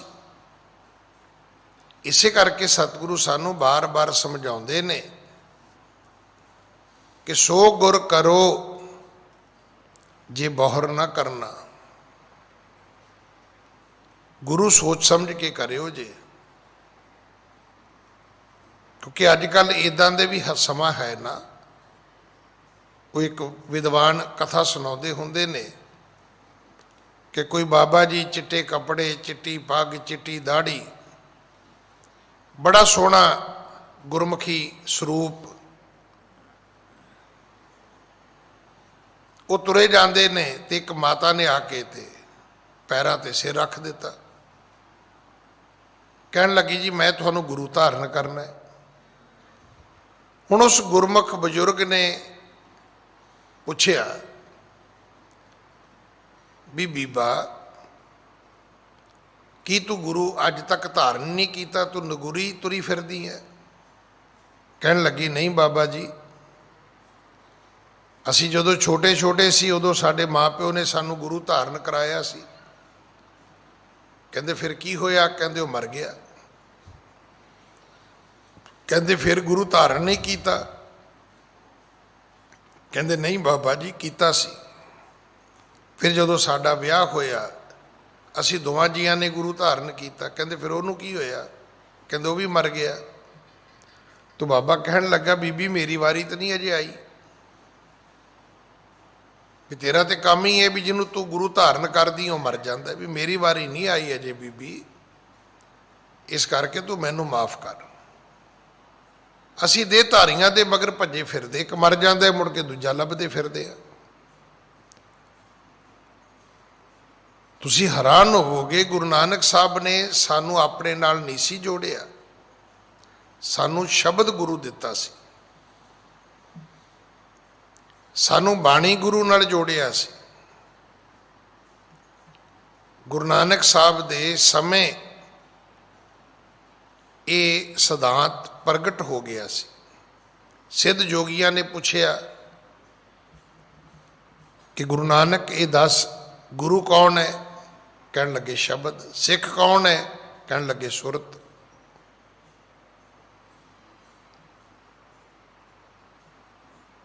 ਵਕਤ ਕਿਹੜਾ ਹੈ? ਕਹਿਣ ਲੱਗੇ ਸਤਿਗੁਰੂ ਦੀ ਮੱਤ ਵਾਲਾ। ਨਾ ਬਚਪਨ, ਨਾ ਜਵਾਨੀ, ਨਾ ਬੁਢੇਪਾ। ਜਦੋਂ ਗੁਰੂ ਦੀ ਮੱਤ ਆ ਜੇ ਵਕਤ ਉਹ ਠੀਕ ਹੈ। ਗੁਰੂ ਦੀ ਮੱਤ ਤੋਂ ਬਿਨਾਂ ਤੁਸੀਂ ਵੇਖਿਆ ਹੋਣਾ ਜਿੰਨੀਆਂ ਬੁੱਢੇ ਗਲਤੀਆਂ ਕਰਦੇ ਕੋਈ ਵੀ ਨਹੀਂ ਕਰਦਾ। ਮਤ ਸੋਚਣਾ ਵੀ ਹਰ ਬਜ਼ੁਰਗ ਗੁਰਮੁਖ ਹੋ ਜਾਂਦਾ ਹੈ, ਤੇ ਵੀ ਨਹੀਂ ਸੋਚਣਾ ਵੀ ਹਰ ਬੱਚਾ ਕੋਈ ਅਨਾੜੀ ਹੁੰਦਾ ਹੈ। ਨਹੀਂ, ਜਿਨ੍ਹਾਂ ਤੇ ਕਿਰਪਾ ਹੋ ਜਾਂਦੀ ਹੈ ਉਹ ਬੱਚੇ ਵੀ ਸਿਆਣੇ ਹੋ ਜਾਂਦੇ ਨੇ। ਜਿਨ੍ਹਾਂ ਤੇ ਕਿਰਪਾ ਹੋ ਜਾਂਦੀ ਹੈ ਉਹ ਬਜ਼ੁਰਗ ਵੀ ਸੱਤਰੇ ਬੱਤਰੇ ਨਹੀਂ ਹੁੰਦੇ, ਉਹ ਗੁਰਮੁਖ ਬੁੱਢੇ ਕਦੇ ਨਾ ਹੀ, ਜਿਨ੍ਹਾਂ ਅੰਤਰ ਸੁਰਤ ਗਿਆਨ। ਹੁਣ ਇਹ ਜਿਹੜੇ ਨਗਰੀ ਦੇ ਲੋਕ ਨੇ, ਇਹ ਧਾਰ ਅਗਨ ਡਰ ਤਜ ਨਿਜ ਸਦਨਾ ਹੋਹੈ ਨਿਕਟ ਸ਼੍ਰੀ ਗੁਰ ਪਦ ਪਦਮਾ। ਜਿਵੇਂ ਜਿਵੇਂ ਉਹ ਮਹੀਨਾ ਚੜ੍ਹਿਆ, ਬੀਤਣਾ ਸ਼ੁਰੂ ਹੋਇਆ, ਇਹ ਕੰਮ ਧੰਦੇ ਤੇ ਨਹੀਂ ਜਾਂਦੇ, ਇਹ ਰੋਜ਼ ਸਵੇਰੇ ਸਮੇਂ ਨਾਲ ਹੀ ਗੁਰੂ ਜੀ ਦੇ ਚਰਨਾਂ ਵਿੱਚ ਆ ਕੇ ਬਹਿ ਜਾਂਦੇ ਨੇ, ਸਾਰਾ ਦਿਨ ਉੱਥੇ ਹੀ ਰਹਿੰਦੇ ਨੇ। ਗੁਰੂ ਜੀ ਇਹਨਾਂ ਨੂੰ ਨਾਮ ਜਪਾਉਂਦੇ ਨੇ। ਮੈਂ ਤਾਂ ਬੇਨਤੀ ਕੀਤੀ ਸੀ ਵੀ ਹੋ ਸਕਦਾ ਹੈ ਇਹ ਅੱਗੇ ਇਹਨਾਂ ਦੇ ਵਿੱਚ ਕਿਸੇ ਮੇਰੇ ਵਰਗੇ ਨੇ ਕਹਿ ਦਿੱਤਾ ਹੋਵੇ ਵੀ ਕੋਈ ਨਹੀਂ ਜੀ ਮੈਂ ਆਪੇ ਵੇਖ ਲਾਂਗਾ, ਪਰ ਮੇਰੇ ਵਰਗਾ ਬੰਦਾ ਕਿਸੇ ਨੂੰ ਮੁਸੀਬਤ ਤੋਂ ਥੋੜਾ ਬਚਾ ਸਕਦਾ ਹੈ। ਐਸੇ ਲੋਕ ਲੋਕਾਂ ਦੀ ਜ਼ਿੰਦਗੀ ਨਾਲ ਖੇਡ ਜਾਂਦੇ ਨੇ, ਪੱਲੇ ਉਹਨਾਂ ਦੇ ਕੁਝ ਹੁੰਦਾ ਨਹੀਂ ਹੈ। ਤੋ ਇਹ ਲੋਕ ਡਰੇ ਗੁਰੂ ਨਾਨਕ ਸਾਹਿਬ ਦੀ ਸ਼ਰਨ ਵਿੱਚ ਰਹਿੰਦੇ ਨੇ। ਹਾਂਜੀ, ਤਬ ਇੱਕ ਦੈਂਤ ਰੂਪ ਬਿਕਰਾਰਾ ਆਵਤ ਨਰ ਨਾਰੀਨ ਨਿਹਾਰਾ। ਉਹੀ ਹੋਇਆ ਜਿਸ ਗੱਲ ਦਾ ਨਗਰੀ ਦੇ ਲੋਕਾਂ ਨੂੰ ਡਰ ਸੀ। ਉਹ ਮਹੀਨਾ ਸੁੱਕਾ ਨਹੀਂ ਗਿਆ, ਉਸ ਮਹੀਨੇ ਦੇ ਵਿੱਚ ਉਹ ਸਮਾਂ ਆ ਗਿਆ ਕਿ ਜਦੋਂ ਉਸ ਨਗਰੀ ਨੂੰ ਕੋਈ ਅੱਗ ਲਾਉਂਦਾ ਸੀ। ਅੱਗ ਕੌਣ ਲਾਉਂਦਾ ਸੀ? ਕਵੀ ਜੀ ਕਹਿੰਦੇ ਇੱਕ ਦੈਂਤ। ਤਬ ਇੱਕ ਦੈਂਤ ਰੂਪ ਬਿਕਰਾਰਾ, ਬੜਾ ਭਿਆਨਕ ਰੂਪ ਵਾਲਾ ਇੱਕ ਰਾਖਸ਼ ਆਉਂਦਾ ਹੈ। ਆਵਤ ਨਰ ਨਾਰੀਨ ਨਹਾਰਾ, ਔਰ ਉਹਨੇ ਆਪਾ ਭਾਵ ਏਦਾਂ ਪ੍ਰਗਟ ਕੀਤਾ ਵੀ ਜਿੰਨੇ ਗੁਰੂ ਸਾਹਿਬ ਦੇ ਹਜੂਰ ਨਗਰੀ ਦੇ ਲੋਕ, ਇਸਤਰੀਆਂ, ਪੁਰਖ, ਬੱਚੇ ਬੈਠੇ ਸੀ, ਸਭ ਨੇ ਵੇਖਿਆ ਉਹਨੂੰ ਵੀ ਉਹ ਸਾਹਮਣੇ ਆ ਗਿਆ ਜੀ। ਇਹ ਉਹੀ ਸੀ ਜਿਹੜਾ ਹਰ ਸਾਲ ਆਉਂਦਾ ਸੀ, ਸਾਲ 'ਚ 2 ਵਾਰੀ ਆਉਂਦਾ ਸੀ, ਹਰ 6ਵੇਂ ਮਹੀਨੇ ਆ ਕੇ ਪਿੰਡ ਸਾੜ ਦਿੰਦਾ ਸੀ। ਹਾਂਜੀ, ਪੱਗ ਪਾਹਤਾਲ ਸੀਸ ਨਭ ਤਾਰੀ ਲੋਹਿਤ ਸ਼ਮਸ਼ ਭਯੰਕਰ ਭਾਰੀ। ਇਹਦੀ ਦਾੜੀ ਦਾ ਰੰਗ ਇਵੇਂ ਹੈ ਜਿਵੇਂ ਸੜੇ ਲੋਹੇ ਦਾ ਰੰਗ ਹੁੰਦਾ ਹੈ। ਸ਼ਾਇਦ ਗਲਿਆ ਸੜਿਆ ਲੋਹਾ ਤੁਸੀਂ ਵੇਖਿਆ ਹੋਵੇ, ਲਾਖਾ ਜਿਹਾ। ਬੜਾ ਭਿਆਨਕ ਇਹਦਾ ਰੂਪ ਹੈ। ਪੈਰ ਇਹਦੇ ਇਉਂ ਲੱਗਦਾ ਥੱਲੇ ਪਤਾਲ ਵਿੱਚ ਨੇ, ਸਿਰ ਐਂ ਲੱਗਦਾ ਕਿ ਉੱਪਰ ਆਕਾਸ਼ ਵਿੱਚ ਹੈ। ਇਉਂ ਲੱਗਦਾ ਵੀ ਧਰਤੀ ਤੋਂ ਲੈ ਕੇ ਆਕਾਸ਼ ਤੱਕ ਹੀ ਉੱਚਾ ਹੈ, ਏਡਾ ਉੱਚਾ ਸੀ। ਦਾੜੀ ਦਾ ਰੰਗ ਜਿਹੜਾ, ਵਾਲ ਇਹਦੇ ਖਿਲਰੇ ਹੋਏ ਨੇ, ਪਰ ਇਹਦੇ ਦਾੜੀ ਦੇ ਵਾਲਾਂ ਦਾ ਰੰਗ ਜਿਹੜਾ ਹੈ ਉਹ ਸੜੇ ਲੋਹੇ ਵਰਗਾ ਹੈ, ਲਾਖਾ ਰੰਗ ਹੈ।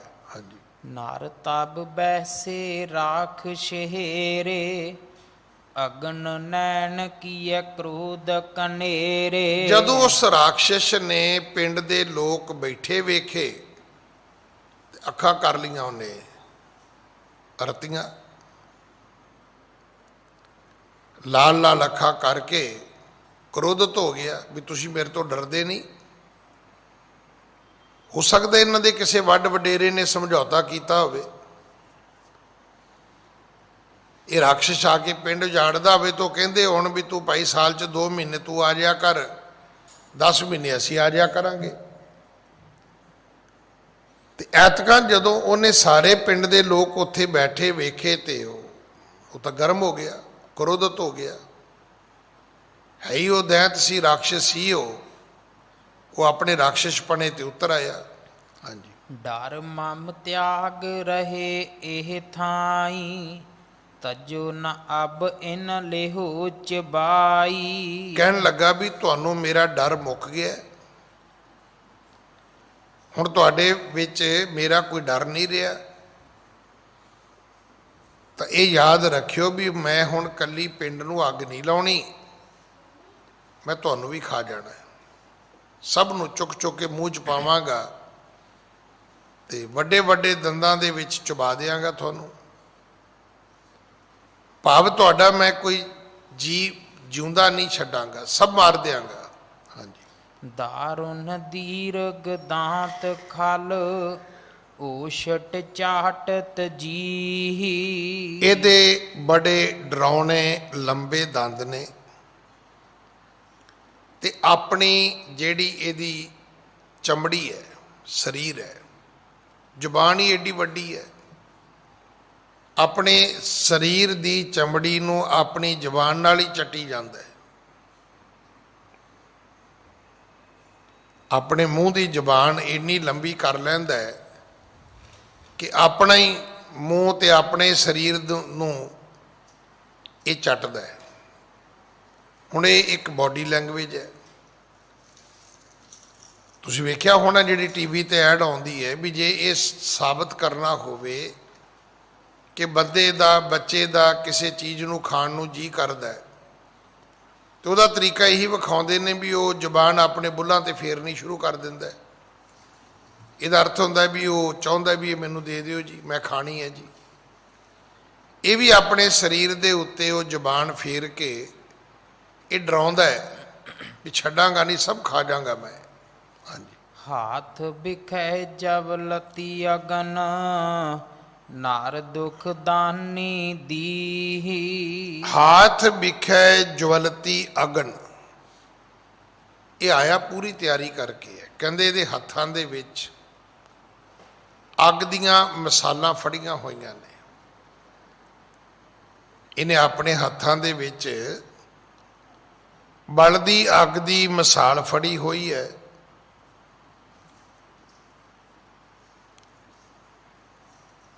ਅਗਨ ਨਰਨ ਦੁਖ ਦਾਨੀ ਦੀ,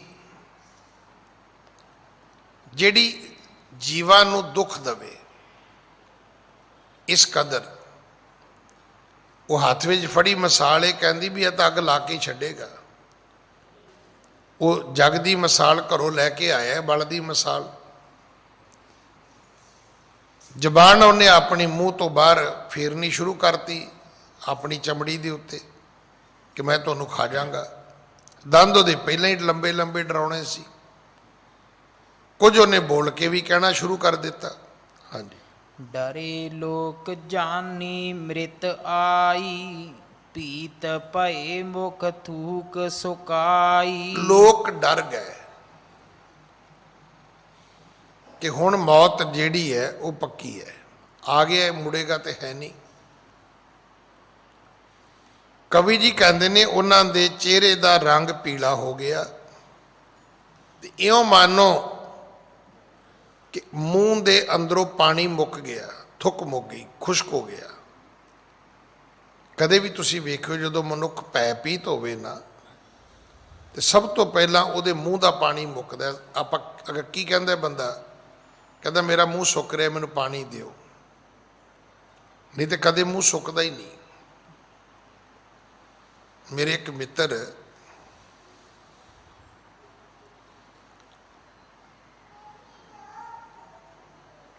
ਉਹਨਾਂ ਦੇ ਫਾਦਰ ਸਾਹਿਬ ਨੂੰ ਕੋਈ ਬਿਮਾਰੀ ਐਸੀ ਸੀ ਤੇ ਮੈਂ ਸੁਣ ਕੇ ਹੈਰਾਨ ਸੀਗਾ ਕਿ ਇਹ ਜਿਹੜਾ ਮੂੰਹ 'ਚ ਪਾਣੀ ਘੜੀ ਘੜੀ ਬਣਦਾ ਹੈ, ਫਿਰ ਅੰਦਰ ਚਲਾ ਜਾਂਦਾ ਹੈ, ਫਿਰ ਬਣਦਾ ਰਹਿੰਦਾ ਹੈ, ਇਹ ਹਜ਼ਾਰਾਂ ਲੀਟਰਾਂ ਦੇ ਹਿਸਾਬ ਨਾਲ ਹੈ, ਥੋੜਾ ਨਹੀਂ ਹੈ। ਉਹਨਾਂ ਨੂੰ ਇਹਦੇ ਵਾਸਤੇ ਜਿਹੜਾ ਇਹ ਸਰੀਰ ਵਿੱਚ ਪਾਣੀ ਚੱਲਦਾ ਹੈ ਨਾ, ਸ਼ਾਇਦ ਕਦੇ ਤੁਸੀਂ ਸੁਣਿਆ ਹੋਵੇ ਵੀ ਇਹਦਾ ਤੇ ਪਾਣੀ ਮੁੱਕ ਗਿਆ ਜੀ, ਪਾਣੀ ਘਟ ਗਿਆ ਜੀ। ਆਪਾਂ ਆਕਸੀਜਨ ਘਟੀ ਤਾਂ ਅੱਜ ਕੱਲ੍ਹ ਰੋਜ਼ ਸੁਣਦੇ ਆ। ਬਲੱਡ ਕਿਸੇ ਦਾ ਘਟ ਜਾਏ ਤੇ ਕਦੇ ਕਦੇ ਸੁਣਦੇ ਆ 4 ਗ੍ਰਾਮ ਰਹਿ ਗਿਆ ਜੀ, 5 6 7 ਗ੍ਰਾਮ ਰਹਿ ਗਿਆ ਜੀ। 14 15 ਹੋਵੇ ਤੇ ਕਹਿੰਦੇ ਜੀ ਵੱਧ ਗਿਆ ਜੀ, ਬਹੁਤ ਜ਼ਿਆਦਾ ਹੈ ਜੀ। 11 12 ਹੋਵੇ ਤਾਂ ਅਸੀਂ ਕਹਿੰਦੇ ਜੀ ਬਿਲਕੁਲ ਠੀਕ ਹੈ ਜੀ। ਇਸੇ ਤਰ੍ਹਾਂ ਸਰੀਰ ਵਿੱਚ ਪਾਣੀ ਦੀ ਵੀ ਮਾਤਰਾ ਹੈ। ਕਵੀ ਜੀ ਕਹਿੰਦੇ ਵੀ ਇਹ ਲੋਕ ਇੰਨੇ ਡਰ ਗਏ ਵੀ ਮੂੰਹ ਦਾ ਪਾਣੀ ਸੁੱਕ ਗਿਆ, ਚਿਹਰਿਆਂ ਦੇ ਰੰਗ ਇਹਨਾਂ ਦੇ ਪੀਲੇ ਪੈ ਗਏ। ਹਾਂਜੀ। ਸੁਖ ਚੇਤਨ ਕੰਪਤ ਬਿਨ ਚੈਨਾ ਦੇਖ ਨ ਸਕੈ ਮੁੰਦ ਲੀਏ ਨੈਨਾ। ਸਰੀਰ ਸੁੰਗੜ ਗਏ। ਜਦੋਂ ਸਰੀਰ ਡਰਦਾ ਹੈ ਨਾ ਤੇ ਇਹ ਛਾਤੀ 56 ਇੰਚ ਦੀ ਨਹੀਂ ਹੁੰਦੀ, ਫਿਰ ਠਾਹ ਨੂੰ ਪਿਛਾਂਹ ਨੂੰ ਮੁੜਦੀ ਹੈ। ਡਰੇ ਸਰੀਰ ਦੀ ਨਿਸ਼ਾਨੀ ਹੱਥ ਪੈਰ ਕੰਬਣੇ ਸ਼ੁਰੂ ਹੋ ਜਾਂਦੇ ਨੇ। ਇਹਨਾਂ ਨੇ ਇੰਨੇ ਡਰੇ ਕਿ ਅੱਖਾਂ ਬੰਦ ਕਰ ਲਈਆਂ। ਮਨੁੱਖੀ ਦੇ ਡਰ ਦਾ ਇਹ ਵੀ ਇੱਕ ਰੂਪ ਹੈ ਕਿ ਫਿਰ ਇਹ ਡਰਾਉਣ ਵਾਲੀ ਚੀਜ਼ ਵਾਲੇ ਪਾਸੇ ਵੇਖਦਾ ਹੀ ਨਹੀਂ, ਇਹ ਆਪਣੀਆਂ ਅੱਖਾਂ ਬੰਦ ਕਰ ਲੈਂਦਾ ਹੈ। ਵੈਸੇ ਅਕਸਰ ਇਹ ਉਦਾਹਰਨ ਕਬੂਤਰ ਤੇ ਵਰਤੀ ਜਾਂਦੀ ਹੈ ਕਿ ਜਦੋਂ ਬਿੱਲੀ ਬਿਲਕੁਲ ਸਾਹਮਣੇ ਆ ਜਾਏ ਨਾ, ਕਹਿੰਦੇ ਕਬੂਤਰ ਅੱਖਾਂ ਮੀਟ ਲੈਂਦਾ ਹੈ। ਤੋ ਇਹ ਸੋਚਦਾ ਵੀ ਜਦੋਂ ਮੈਨੂੰ ਬਿੱਲੀ ਨਹੀਂ ਦਿਸੇਗੀ ਤੇ ਮੈਂ ਬਿੱਲੀ ਨੂੰ ਕਿਵੇਂ ਦਿਸ ਜੂੰਗਾ। ਕਬੂਤਰ ਅੱਖਾਂ ਮੀਟਦਾ ਹੈ, ਉਹਦਾ ਭਾਵ ਇਹ ਹੁੰਦਾ ਹੈ ਕਿ ਹੁਣ ਮੈਨੂੰ ਬਿੱਲੀ ਵੇਖ ਨਹੀਂ ਸਕੇਗੀ।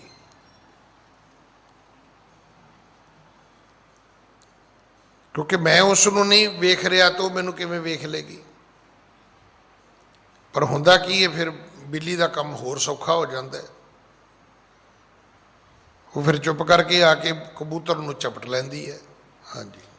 ਕਹਿ ਪਰਸ ਪਰ ਅਬ ਭਾ ਮਰਨਾ, ਜਾਵੇ ਕਿਹ ਚਰਨਨ ਕੀ ਸ਼ਰਨਾ। ਹੁਣ ਉਹ ਲੋਕ ਇੱਕ ਦੂਜੇ ਨੂੰ ਆਪਸ ਵਿੱਚ ਬੋਲਦੇ ਨੇ ਵੀ ਹੁਣ ਤੇ ਮਰਨਾ ਜਿਹੜਾ ਉਹ ਨਿਸ਼ਚਿਤ ਹੈ, ਆ ਕੇ ਖਲੋ ਗਿਆ ਇਹ ਤਾਂ ਜਾਏਗਾ ਹੀ ਨਹੀਂ, ਇਹ ਤਾਂ ਰਾਖਸ਼ ਹੈ। ਆਪਾਂ ਕਿਹਦੀ ਸ਼ਰਨ ਜਾਈਏ? ਕੌਣ ਬਚਾ ਸਕਦਾ ਇਸ ਵੇਲੇ ਸਾਨੂੰ? ਹਾਂਜੀ। ਆਗੇ ਘਰ ਜਲਨੇ ਕੀ ਚਿੰਤਾ, ਅਬ ਜਾਨੀ ਭਾ ਪ੍ਰਾਨਨ ਅੰਤਾ। ਅੱਗੇ ਆਪਾਂ ਨੂੰ 5 ਮਹੀਨੇ ਡਰ ਰਹਿੰਦਾ ਸੀ ਵੀ ਭਾਈ ਠੀਕ ਸਮੇਂ ਤੇ ਪਿੰਡ ਖਾਲੀ ਕਰਨਾ ਹੈ, ਨਹੀਂ ਤੇ ਘਰ ਸੜ ਜਾਏਗਾ, ਪਿੰਡ ਸੜ ਜਾਏਗਾ। ਪਰ ਹੁਣ ਤੇ ਪ੍ਰਾਣਾਂ ਦਾ ਵੀ ਫਿਕਰ ਪੈ ਗਿਆ। ਪਿੰਡ ਤੇ ਸੜੇ ਗਏ ਤੇ ਮਸਾਲਾ ਹੱਥ 'ਚ ਲੈ ਕੇ ਆਇਆ, ਦੋਵਾਂ ਹੱਥਾਂ ਵਿੱਚ ਮਸਾਲਾ ਫੜੀਆਂ ਹੋਈਆਂ ਨੇ। ਹੁਣ ਤੇ ਪ੍ਰਾਣਾਂ ਦੀ ਵੀ ਪੈ ਗਈ ਕਿ ਇਹ ਮਾਰੇਗਾ, ਇਹ ਤੇ ਕਹਿੰਦਾ ਮੈਂ ਚਬਾ ਜਾਵਾਂਗਾ, ਮੈਂ ਤੁਹਾਨੂੰ ਜਿਉਂਦੇ ਹੀ ਨਹੀਂ ਛੱਡਾਂਗਾ। ਹਾਂਜੀ। ਭਾਗ ਜਾਏ ਥੇ ਹਮ ਇਹ ਕਾਲਾ, ਕਹਿ ਰਾਖੇ ਇਨ ਸੰਤ ਕਿਰਪਾਲਾ। ਆਪਾਂ ਇਸ ਮਹੀਨੇ ਹਰ ਵਾਰੀ ਭੱਜ ਜਾਂਦੇ ਹੁੰਦੇ ਸੀ, ਪਰ ਐਤਕਾਂ ਇਹ ਜਿਹੜੇ ਸੰਤ ਆਏ ਨੇ ਆਪਣੇ ਪਿੰਡ, ਇਹਨਾਂ ਨੇ ਕਿਹਾ ਬਈ ਤੁਸੀਂ ਕਿਤੇ ਨਹੀਂ ਭੱਜਣਾ, ਤੁਸੀਂ ਇੱਥੇ ਰਹੋ, ਤੁਸੀਂ ਗੁਰੂ ਦੇ ਸਿੱਖ ਬਣੋ, ਤੁਸੀਂ ਸਤਿਨਾਮ ਕਰੋ, ਤੁਸੀਂ ਆਪਣੇ ਮਨ ਤੋਂ ਡਰ ਤਿਆਗ ਦਿਓ। ਆਪਾਂ ਰਹਿ ਗਏ, ਆਪਾਂ ਗਏ ਹੀ ਨਹੀਂ ਕਿਤੇ। ਹਾਂਜੀ। ਕੋ ਜਾਣੈ ਅਬ ਕੋ ਬਿਦ ਹੋਵੈ, ਜੀਵਤ ਬਚੈ ਕੇ ਪ੍ਰਾਨਨ ਖੋਵੈ। ਹੁਣ ਤੇ ਪਤਾ ਹੀ ਨਹੀਂ ਕੀ ਹੋਏਗਾ, ਪ੍ਰਾਣ ਬਚਣਗੇ ਕਿ ਜੀਵਨ ਖਤਮ ਹੋਏਗਾ। ਸਾਨੂੰ ਨਹੀਂ ਪਤਾ ਸਾਡੇ ਨਾਲ ਕੀ ਹੋਣ ਵਾਲਾ ਹੈ। ਹੁਣ ਤੇ ਰੱਬ ਹੀ ਜਾਣੇ ਵੀ ਕੀ ਹੋਏਗਾ, ਉਹਨੂੰ ਹੀ ਪਤਾ ਹੈ। ਹਾਂਜੀ। ਨਰ ਨਾਰਨ ਕੋ ਦੇਖ ਗੁਰ, ਜੋ ਕੰਪਤ ਭੈ ਭੀਤ। ਗੁਰੂ ਪਿਤਾ ਜੀ ਅਡੋਲ ਬੈਠੇ ਨੇ, ਜਿਨ੍ਹਾਂ ਤੇ ਰਾਖਸ਼ ਦਾ ਕੋਈ ਪ੍ਰਭਾਵ ਨਹੀਂ ਹੈ। ਸਤਿਗੁਰੂ ਵੇਖ ਰਹੇ ਨੇ ਆਪਣੀ ਮੌਜ ਵਿੱਚ ਵੀ ਲੋਕਾਂ ਦੀ ਹਾਲਤ ਕੀ ਹੈ। ਵੀ ਲੱਖ ਸਮਝਾਇਆ ਇਹਨਾਂ ਨੂੰ ਵੀ ਤੁਸੀਂ ਗੁਰੂ ਵਾਲੇ ਬਣੋ, ਬਈ ਤੁਸੀਂ ਪਾਠ ਕਰੋ, ਤੁਹਾਨੂੰ ਡਰਨ ਦੀ ਕੀ ਲੋੜ ਹੈ। ਪਰ ਇਹ ਤੇ ਸਾਰਾ ਕੁਝ ਹੀ ਹੋ ਗਿਆ, ਡਰ ਵੀ ਗਏ ਤੇ ਕੰਬਣ ਵੀ ਲੱਗ ਪਏ। ਇਹਨਾਂ ਨੂੰ ਜਿਹੜੀ ਗੱਲ ਤੋਂ ਰੋਕਿਆ ਸੀ ਉਹ ਤੇ ਫਿਰ ਵਾਪਰ ਗਈ। ਬਸ ਇੱਕ ਗੱਲ ਉਹਨਾਂ ਦੇ ਹੱਕ 'ਚ ਗਈ ਕਿ ਉਹ ਗੁਰੂ ਵਾਲੇ ਬਣ ਚੁੱਕੇ ਸਨ। ਇਹ ਜ਼ਰੂਰ ਚੇਤਾ ਰੱਖਣਾ ਕਿ ਜਦੋਂ ਅਸੀਂ ਗੁਰੂ ਵਾਲੇ ਬਣ ਜਾਂਦੇ ਆ ਤਾਂ ਉਹਦੇ ਲਈ ਫਿਰ ਸਾਡੇ ਕੋਲ ਇੱਕ ਚੀਜ਼ ਬਚ ਜਾਂਦੀ ਹੈ, ਉਹ ਹੈ ਕਿ ਸ਼ਰਨ ਪਰੇ ਕੀ ਰੱਖੋ ਸ਼ਰਮਾ। ਕਿ ਮਹਾਰਾਜ ਹੁਣ ਅਸੀਂ ਤੁਹਾਡੀ ਸ਼ਰਨ ਆਏ, ਹੁਣ ਥੋੜ੍ਹੀ ਬਹੁਤੀ ਤਾਂ ਸਾਡੀ ਲੱਜਾ ਰੱਖੋ ਨਾ। ਇੱਥੇ ਫਿਰ ਗੁਰੂ ਪਿਤਾ ਜੀ ਨੇ ਕਿਰਪਾ ਕੀਤੀ। ਅੱਜ ਸਮਾਂ ਸਮਾਪਤ ਹੈ, ਸਤਿਗੁਰੂ ਕਿਰਪਾ ਕਰਨ। ਅਗਲੀ ਕਥਾ ਆਪਾਂ ਕੱਲ ਗੁਰੂ ਕੀ ਗੋਦ ਵਿੱਚ ਬੈਠ ਕੇ ਸੁਣੀਏ। ਭੁੱਲਾਂ ਬਖਸ਼ੋ ਜੀ, ਫਤਿਹ ਬੁਲਾਓ। ਵਾਹਿਗੁਰੂ ਜੀ ਕਾ ਖਾਲਸਾ, ਵਾਹਿਗੁਰੂ ਜੀ ਕੀ ਫਤਿਹ।